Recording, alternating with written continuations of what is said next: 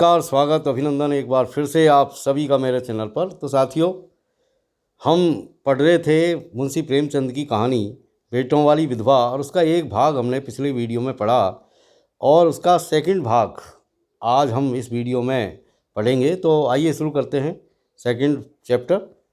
फूलमती रात को भोजन करके लेटी थी कि उमा और दया उसके पास जाकर बैठ गए। दोनों ऐसा मुँह बनाए हुए थे मानो कोई भारी विपत्ति आ पड़ी है। फूलमती ने सशंक होकर पूछा, तुम दोनों घबराए हुए मालूम होते हो? उमा ने सिर खुजलाते हुए कहा, समाचार पत्रे में लेख लिखना बड़े जोखिम का काम है अम्मा। कितना ही बचकर लिखो, लेकिन कहीं न कहीं पकड़ हो ही जाती है। दयानाथ ने एक लेख लिखा था, उस पर 5,000 की जमानत मांगी गई है। अगर कल तक जमानत न जमा की गई तो गिरफ्तार हो जाएंगे और 10 साल की सज़ा ठुक जाएगी। फूलमती ने सिर पीट कर कहा, तो ऐसी बातें क्यों लिखते हो बेटा, जानते नहीं हो आजकल हमारे ए दिन आए हुए हैं, जमानत किसी तरह टल नहीं सकती। दयानाथ ने अपराधी भाव से उत्तर दिया, मैंने तो अम्मा ऐसी कोई बात नहीं लिखी थी, लेकिन किस्मत का क्या करूं? हाकिम जिला इतना कड़ा है कि जरा भी रियायत नहीं करता। मैंने जितनी दौड़ धूप हो सकती थी वह सब कर ली। तो तुमने कामता से रुपये का प्रबंध करने को नहीं कहा? उमा ने मुँह बनाया। उनका स्वभाव तो तुम जानती ही हो अम्मा, उन्हें रुपये प्राणों से प्यारे हैं। उन्हें चाहे काला पानी हो जाए वे एक पाई न देंगे। दयानाथ ने समर्थन किया, मैंने तो उनसे इसका जिक्र ही नहीं किया। फूलमती ने चारपाई से उठते हुए कहा, चलो मैं कहती हूँ, देगा कैसे नहीं? रुपये इसी दिन के लिए होते हैं कि गाड़ कर रखने के लिए? उमानाथ ने माता को रोकर कहा, नहीं अम्मा, उनसे कुछ न कहो। रुपये तो न देंगे, घर में रहने भी न देंगे उल्टे, और हाय हाय मचाएंगे। उनको अपनी नौकरी की खैरियत मनानी है, इन्हें घर में रहने न देंगे। अफसरों में जाकर खबर दे दें तो आश्चर्य नहीं। फूलमती ने लाचार होकर कहा, तो फिर जमानत का क्या प्रबंध करोगे? मेरे पास तो कुछ नहीं है। हाँ, मेरे गहने हैं, इन्हें ले जाओ, कहीं गिरवी रखकर जमानत दे दो, और आज से कान पकड़ो कि किसी पत्र में एक शब्द भी न लिखोगे। दयानाथ कानों पर हाथ रख करके बोला, यह तो नहीं हो सकता अम्मा कि तुम्हारे जेवर लेकर मैं अपनी जान बचाऊं। 10-5 साल की कैद ही तो होगी, झेल लूँगा। यहीं बैठा बैठा क्या कर रहा हूँ? फूलमती छाती पीटते हुए बोली, कैसी बातें मुँह से निकालते हो बेटा? मेरे जीते जी तुम्हें कौन गिरफ्तार कर सकता है? उसका मुँह झुलस दूंगी। गहने इसी दिन के लिए हैं या और किसी दिन के लिए? जब तुम ही नहीं रहोगे तो गहने लेकर क्या आग में झोंकूंगी? उसने पिटारी लाकर उसके सामने रख दी। दया ने उमा की ओर जैसे फरियाद की आंखों से देखा और बोला, आपकी क्या राय है भाई साहब? इसी मारे मैं कहता था अम्मा को बताने की ज़रूरत नहीं, जेल ही हो जाती या और कुछ। उमा ने जैसे सिफारिश करते हुए कहा, यह कैसे हो सकता था कि इतनी बड़ी वारदात हो जाती और अम्मा को खबर न होती?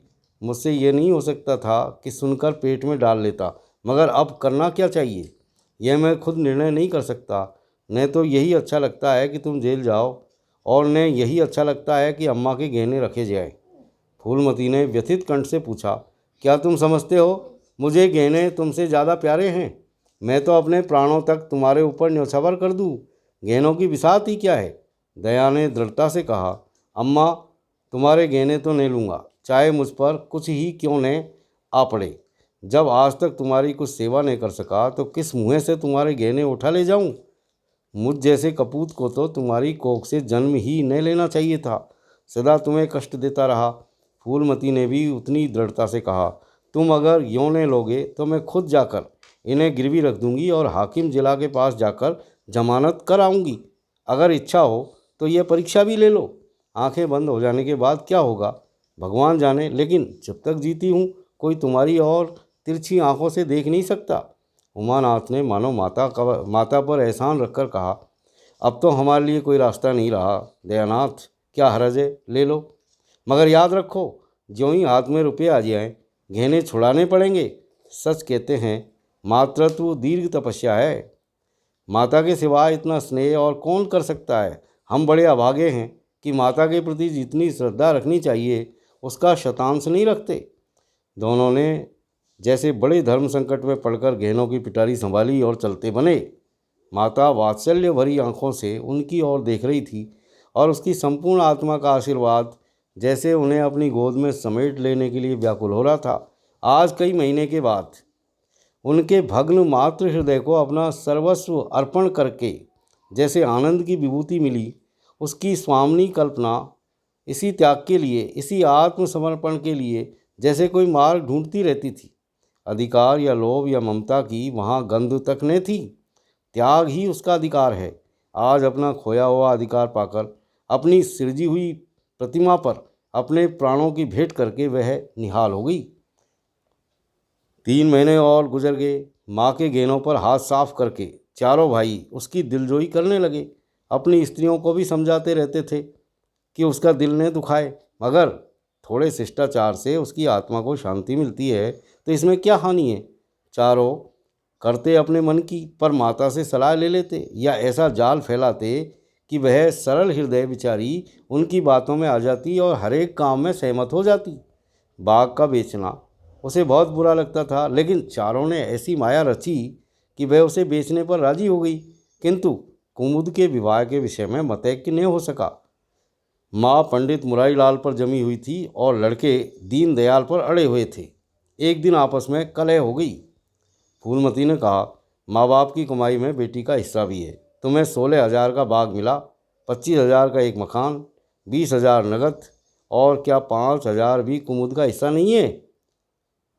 कामता ने नम्रता से कहा, अम्मा, कुमुद आपकी लड़की है तो हमारी बहन है। आप 2-4 साल में प्रस्थान कर जाएगी, पर हमारा और उसका बहुत दिनों तक संबंध रहेगा। तब यथाशक्ति कोई ऐसी बात नहीं करेंगे जिससे उसका अमंगल हो। लेकिन हिस्से की बात कहती हो तो कुमुद का हिस्सा कुछ नहीं। दादा जीवित थे तब और बात थी, वह उसके विवाह में जितना चाहते खर्च करते, कोई उनका हाथ नहीं पकड़ सकता था। लेकिन अब तो हमें एक एक पैसे की किफ़ायत करनी पड़ेगी।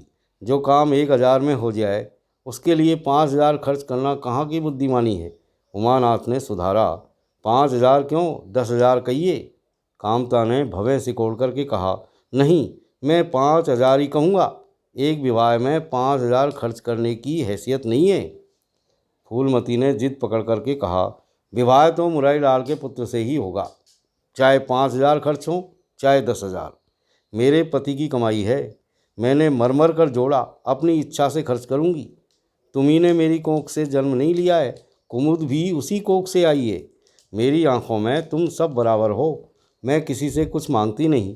तुम बैठे तमाशा देखो, मैं सब कुछ कर लूँगी। 20,000 कुमुद का है। कामतानाथ को अब कड़वे सत्य की शरण लेने के सिवा और कोई मार्ग न रहा। बोला, अम्मा, तुम बरबस बात बढ़ाती हो। जिन रुपयों को तुम अपना समझती हो वह तुम्हारे नहीं हैं, हमारे हैं। तुम हमारी अनुमति के बिना उसमें से कुछ नहीं खर्च कर सकती। फूलमती को जैसे सर्प ने डस लिया। क्या कहा, फिर से कहना। मैं अपने ही संचय रुपये अपनी इच्छा से खर्च नहीं कर सकती। वह रुपये तुम्हारे नहीं रहे, हमारे हो गए। तुम्हारे होंगे, लेकिन मेरे मरने के पीछे नहीं, दादा के मरते ही हमारे हो गए। उमानाथ ने बेहयाई से कहा, अम्मा, कानून कायदा तो नहीं जानती, नाहक उलझती है। फूलमती क्रोध विहल होकर के बोली, भाड़ में जाए तुम्हारा कानून, मैं ऐसे कानून को नहीं मानती। तुम्हारे दादा ऐसे बड़े धन्ना सेठ नहीं थे। मैंने ही पेट और तन काट काट कर ये गृहस्थी जोड़ी है, नहीं आज बैठने को छाँव नहीं मिलती। मेरे जीते जी तुम मेरे रुपये नहीं छू सकते। मैंने 3 भाइयों के विवाह में 10-10 हज़ार खर्च किए हैं, वहीं मैं कुमुद के विवाह में भी खर्च करूंगी। कामतानाथ भी नरम पड़ा। आपको कुछ भी खर्च करने का अधिकार नहीं है। उमानाथ ने बड़े भाई को डांटा, आप खामखाए अम्मा के मुँह लगते हैं। भाई साहब, मुरारी लाल को पत्र लिख दीजिए कि तुम्हारे यहाँ कुमुद का विवाह नहीं होगा, बस छुट्टी हुई। यह कायदा कानून तो जानती नहीं, व्यर्थ ही बहस करती है। फूलमती ने संयमित स्वर में कहा, अच्छा क्या कानून है, जरा मैं भी सुनूं। उमा ने निरीह भाव से कहा, कानून यही है कि बाप के मरने के बाद जायदाद बेटों की हो जाती है। माँ का हक केवल रोटी कपड़े का है। फूलमती ने तड़प कर पूछा, किसने ये कानून बनाया है? उमा ने शांत स्थिर स्वर में बोला, हमारे दृष्टियों ने, महाराज मनु ने, और किसने? फूलमती एक क्षण अबाक रहकर आहत कंठ से बोली, तो इस घर में मैं तुम्हारे टुकड़ों पर पड़ी हुई हूँ। उमानाथ ने न्यायाधीश की निर्ममता से कहा, तुम जैसे समझो। फूलमती की संपूर्ण आत्मा मानो इस वज्रपात से चीत्कार करने लगी। उसके मुख से जलती हुई चिंगारियों की भांति ये शब्द निकल पड़े, मैंने घर बनवाया, मैंने संपत्ति जोड़ी, मैंने तुम्हें जन्म दिया, पाला, और आज मैं इस घर में गैर हूँ। मनु का यही कानून है और तुम उसी कानून पर चलना चाहते हो। अच्छी बात है, अपना घर द्वार लो। मुझे तुम्हारी आश्रिता बनकर रहना स्वीकार नहीं। इससे कहीं अच्छा है कि मैं मर जाऊँ। वाह रे अंधेर, मैंने पेड़ लगाया और मैं ही उसकी छाँव में खड़ी नहीं हो सकती। अगर यही कानून है तो इसमें आग लग जाए। चारों युवकों पर माता के इस क्रोध और आतंक का कोई असर नहीं हुआ। कानून का फौलादी कवच रक्षा कर रहा था, इन कांटों का उन पर क्या असर हो सकता था। जरा देर में फूलमती उठकर चली गई। आज जीवन में पहली बार उसका वात्सल्य भग्न मातृत्व अभिशाप बनकर उसे धिक्कारने लगा।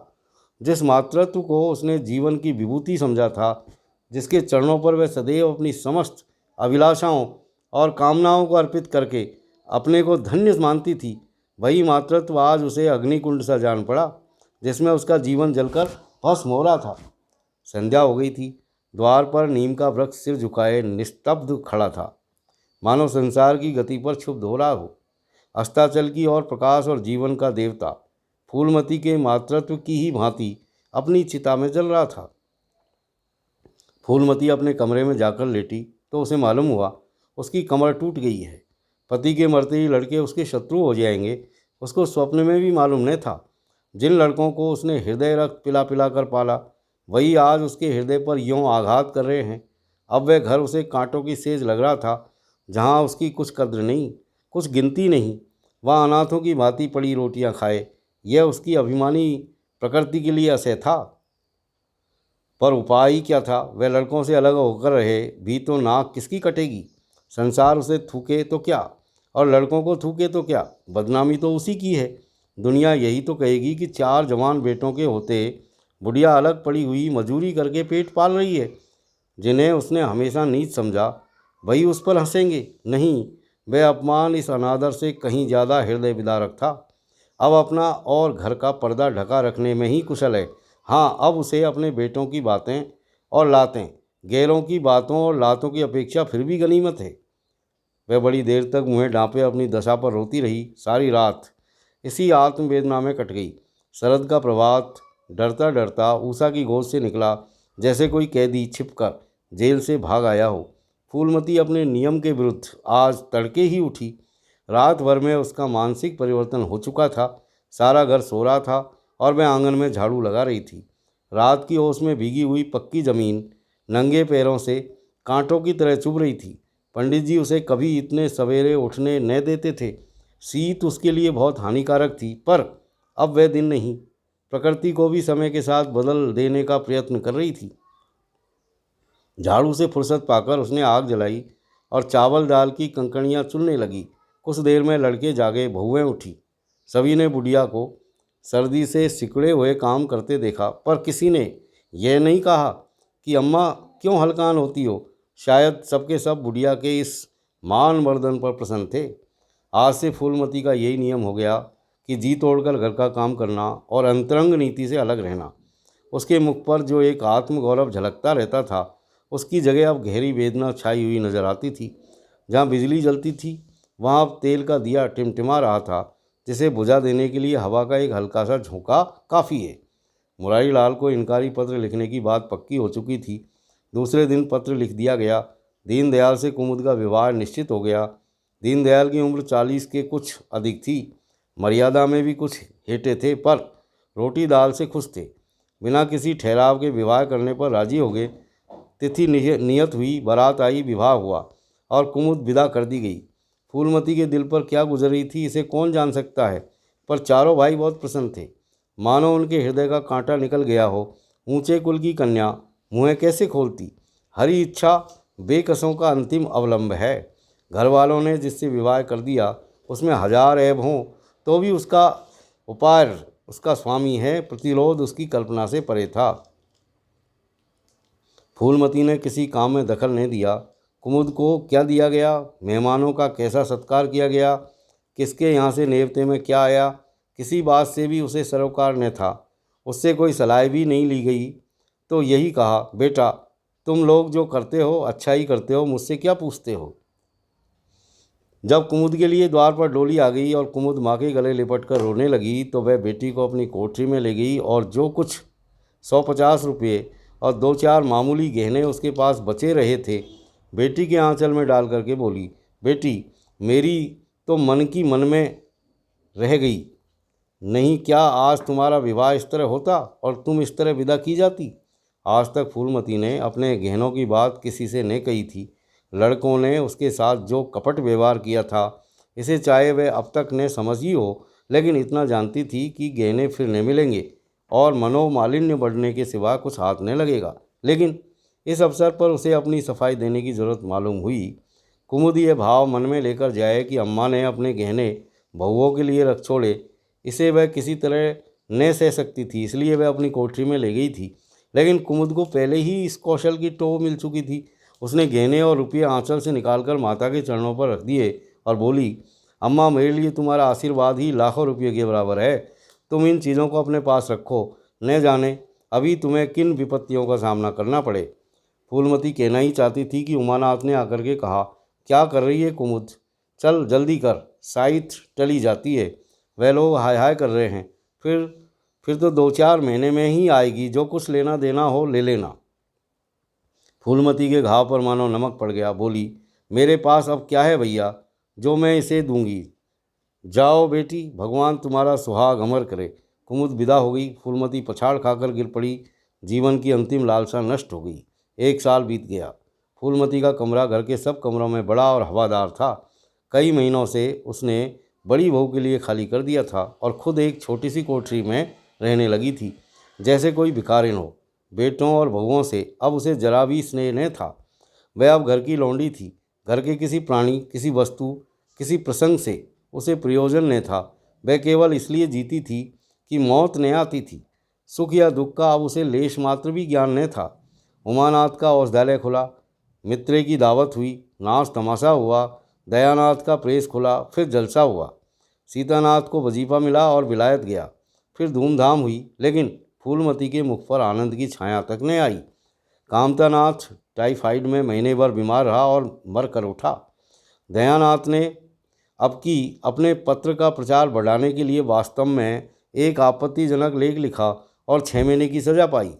उमानाथ ने एक फौजदारी के मामले में रिश्वत लेकर गलत रिपोर्ट लिखी और उनकी सनद छीन ली गई, पर फूलमती के चेहरे पर रंज की परछाई तक न पड़ी। उसके जीवन में अब कोई आशा, कोई दिलचस्पी, कोई चिंता न थी। बस पशुओं की तरह काम करना और खाना, यही उसकी ज़िंदगी के 2 काम थे। जानवर मारने से काम करता है पर खाता है मन से। फूलमती बेकहे काम करती थी पर खाती थी विष के कौर की तरह। महीनों सिर में तेल न पड़ता, महीनों कपड़े न धुलते, कुछ परवाह नहीं। वह चेतना शून्य हो गई थी। सावन की झड़ी लगी हुई थी। मलेरिया फैल रहा था। आकाश में मटियाले बादल थे, जमीन पर मटियाला पानी। आर्द्र वायु शीत ज्वर और श्वास का वितरण करती फिरती थी। घर की मेहरी बीमार पड़ गई। फूलमती ने घर के सारे बर्तन मांजे, पानी में भीग भीग कर सारा काम किया, फिर आग जलाई और चूल्हे पर पतीलियाँ चढ़ा दी।